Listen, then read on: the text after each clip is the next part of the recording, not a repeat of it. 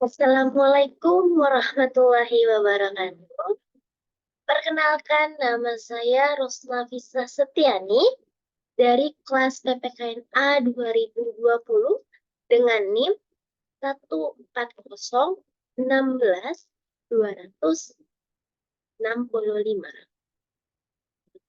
Pada kesempatan kali ini, saya akan menjelaskan tentang pemahaman hak asasi manusia dalam dunia digital yang merupakan tugas dari mata kuliah kewarganegaraan digital. Berikut adalah pemaparan.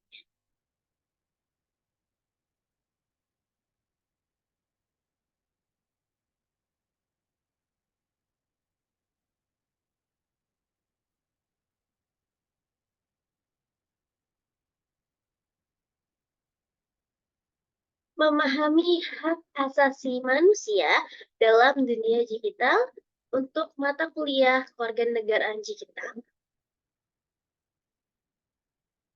Yang pertama adalah hak asasi manusia di era digital. Jadi, konsep hak asasi manusia atau yang biasa kita kenal dengan HAM berlaku universal. Namun, dunia digital memunculkan tantangan dan perluasan hak asasi manusia ke ranah baru. Hak digital seperti hak privasi, kebebasan berekspresi, serta akses informasi yang dianggap perlu dilindungi sebagai bagian internal dari hak asasi manusia. Lalu adalah tantangan hak asasi manusia di dunia digital. Tantangan yang pertama ialah kesenjangan hukum antar negara terkait regulasi teknologi dan hak asasi manusia. Yang kedua, ada kompleksitas teknologi seperti algoritma, AI, dan big data yang berpotensi melanggar hak asasi manusia jika tidak transparan dan akuntabel.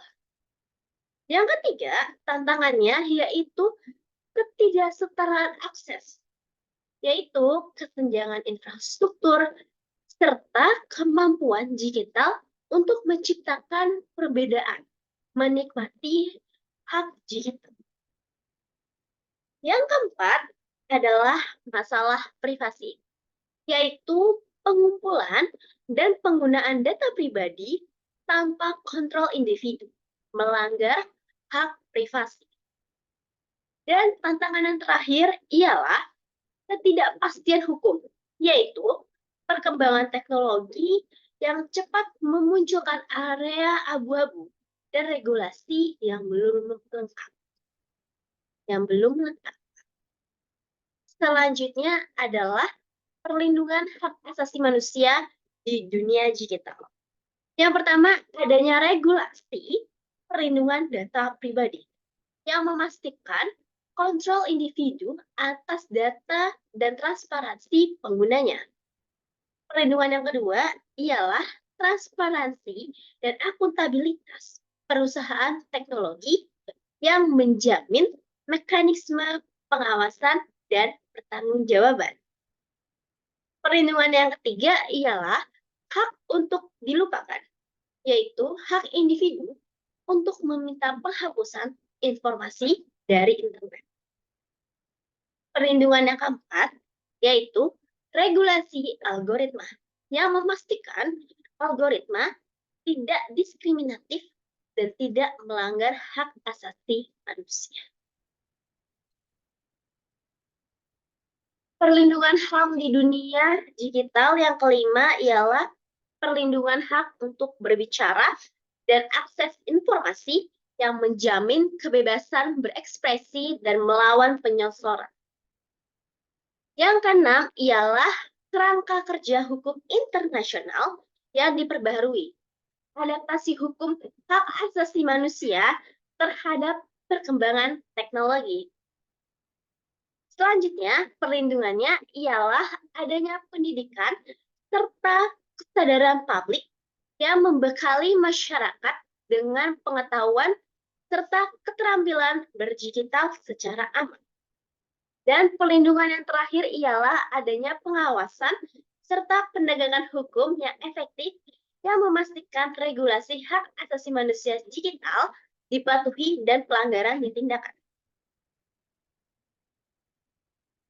Selanjutnya adalah prinsip penting yang harus kita ketahui bersama, yaitu bahwa privasi adalah hak asasi manusia. Yang kedua, adanya keterbukaan serta akuntabilitas yang penting untuk melindungi hak asasi manusia di dunia digital. Prinsip penting yang ketiga ialah adanya perlindungan data yang kuat yang diperlukan untuk menjaga, mengontrol individu atas nama informasi pribadi. Prinsip penting yang keempat ialah keseimbangan antara keamanan dan kebebasan yang diperlukan.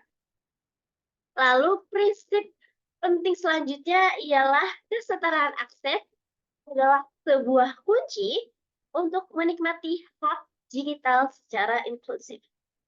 Prinsip penting yang terakhir ialah adanya kerjasama internasional yang penting untuk mengembangkan regulasi hak asasi manusia digital yang efektif.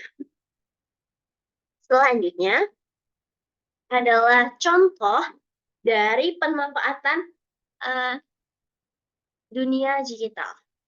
Kita bisa mengakses internet secara cepat, bebas, namun kita harus tahu karena kita ini dilindungi oleh hak asasi manusia.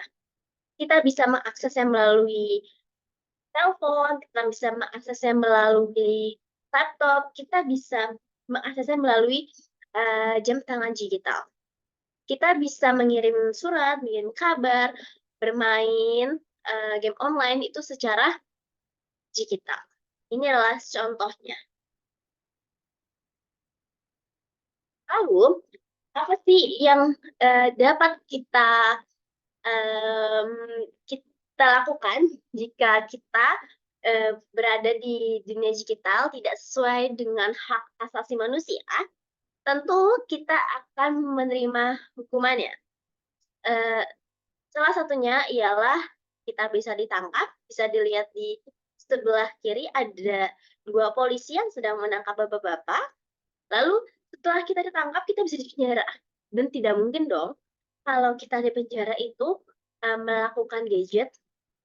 Tuh, makanya kita sebagai manusia harus pintar, harus bijak dalam penggunaan media sosial atau penggunaan media internet untuk menjaga hak asasi manusia. Selanjutnya adalah kesimpulan. Jadi, kesimpulan dari memahami hak asasi manusia di daerah digital, yaitu memahami hak asasi manusia dalam dunia digital itu penting untuk memastikan pembangunan teknologi yang inklusif, adil, dan menghormati martabat manusia. Melalui upaya kolektif dari berbagai pemangku kepentingan, hak asasi manusia dapat dilindungi dan dipromosikan di daerah digital.